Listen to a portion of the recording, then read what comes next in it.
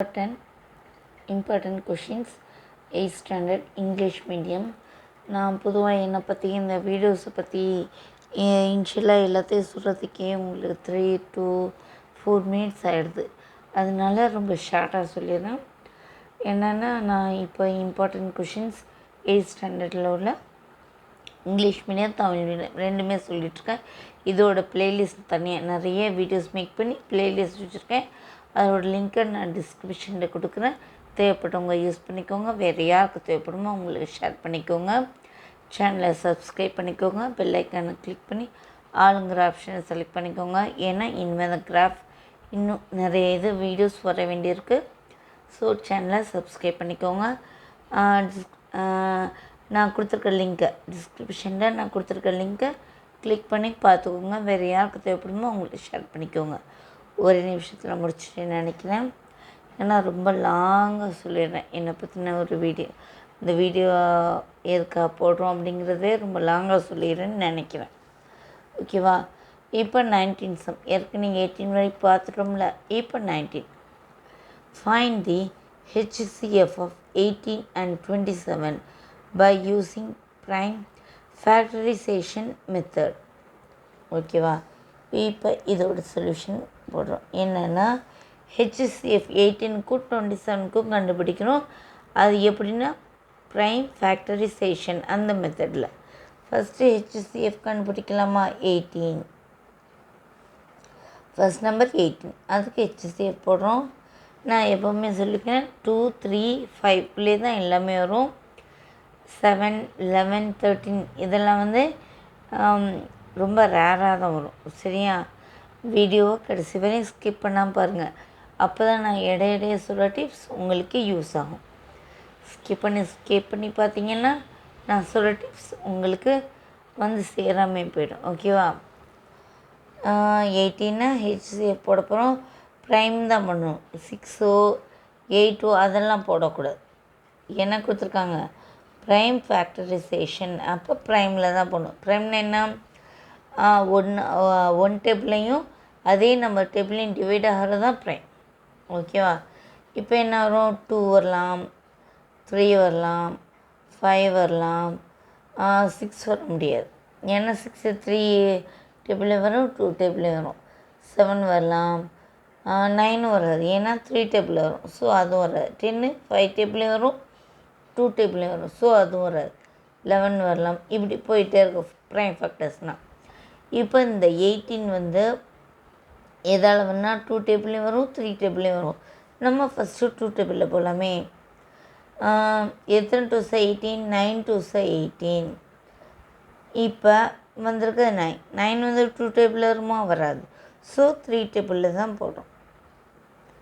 3 3 9. இதுக்கு மேலே எந்த டேபிளும் போட முடியாது. 1 3 3 வரும். இருந்தாலும் இதோடு முடிச்சுக்கலாமே. HCF இதோடு முடிச்சுக்கலாம். இதே ப்ரைம் ஃபேக்டர்ஸோடய முடிச்சுக்கலாம். ஓகேவா? அடுத்து 27.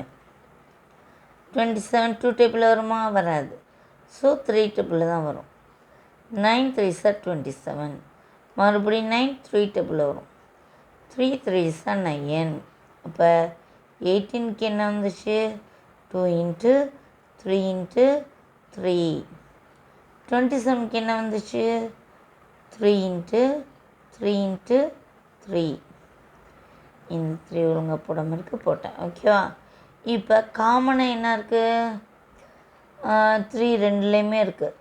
அப்புறம் இந்த 3யும் அதே மாதிரி இருக்குது. 2 3 காமனாக இருக்குது. இங்கே உள்ள 2 டேபிள் இங்கே இல்லை, இங்கே இல்லை. இன்னொரு 3 இங்கே இல்லை. ஸோ 2 3 மட்டும்தான் காமன் இருந்துச்சு. சரியா? HCF போட்டோம். HCFன்னு போட்டுக்கோங்க. ஓகே, போட்டாச்சு. So HCF of 18 and 27 common போடணும். அது என்ன போடல பார்த்தீங்களா? எதுக்குன்னா காமன் HCF. ரெண்டுக்கும் பொதுவாக என்ன இருந்துச்சு அப்படின்னா 3 × 3. அப்போ 3 3 9. Answer 9. Next find X and Y. இதை கொஞ்சம் லெட்டர் மாற்றி எழுதிட்டு அதனாலே இதாக இருக்குது. அதாவது ஒரு ட்ரையாங்கிள் போட்டிருக்கேன். என்னன்னா PQR. அதில் மேலே 50, அப்புறம் எக்ஸ், அப்புறம் ஒய். அதாவது பொதுவாக ட்ரையாங்கிளில் இதுவும் சமமாக இருக்கும். சரியா? அதாவது PQவும் PRவும் சமமாக இருக்கும். அப்போ ஈக்குவலாக இருக்குன்னா அப்போ கோணம் எக்ஸும் கோணம் ஒய்யும் எப்போவுமே சமமாக இருக்கும். ஓகேவா? சரி, இந்த இதை எழுதிக்கோங்க. தி சம் ஆஃப் ட்ரையாங்கிள்ஸ்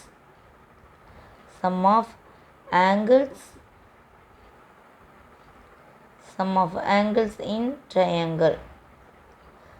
ட்ரையாங்கிளோட ஆங்கிள்ஸோட சம் என்ன வரும்? 180 டிகிரி இஸ் 180 டிகிரி. ஓகேவா?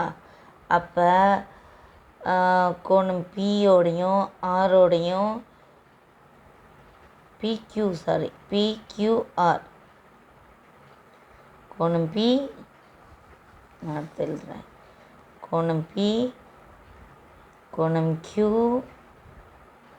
கோணம் R 180 டிகிரி. ஓகேவா? ஏன்னா இதோட டோட்டல் இது எவ்வளோன்னு சொல்லியிருக்காங்க, 180 டிகிரி. அதாவது கோணம் P என்ன, இடம் எல்லாம் அடுத்த பக்கம் எழுதுறேன். கோணம் P என்ன 50. கோணம் P என்ன எக்ஸ். கோணம் ஒய் கோணம் R என்ன ஒய்.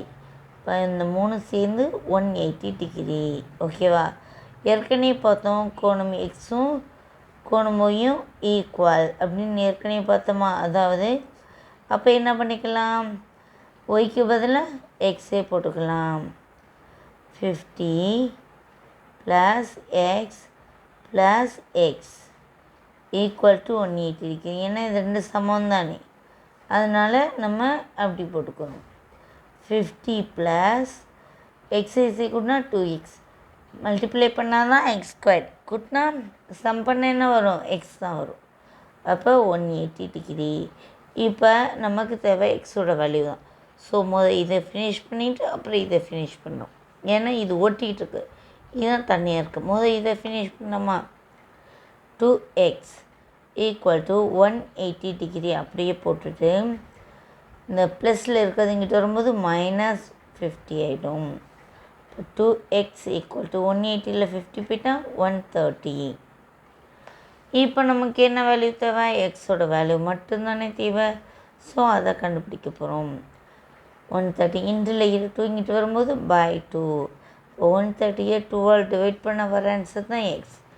இப்போ இங்கே 2 டேபிள் போட்டு பார்த்துக்கலாமா, எப்படி டிவைட் பண்ணி கண்டுபிடிக்க போகிறோம். 130 2ஆல் டிவைட் பண்ண போகிறோம். ஸோ இங்கே நம்ம டேபிள் எடுத்துக்கலாம். இல்லை எனக்கு டேபிள்ஸ் தான் எழுத வேணாம் தெரியும் அப்படின்னு எழுத வேணாம். இது ரொம்ப ரேராக கன்ஃபியூஸ் பண்ணுவேன் அப்படிங்கிறவங்க இந்த ரஃப் ஒர்க்கில் எழுதி வச்சுக்கோங்க.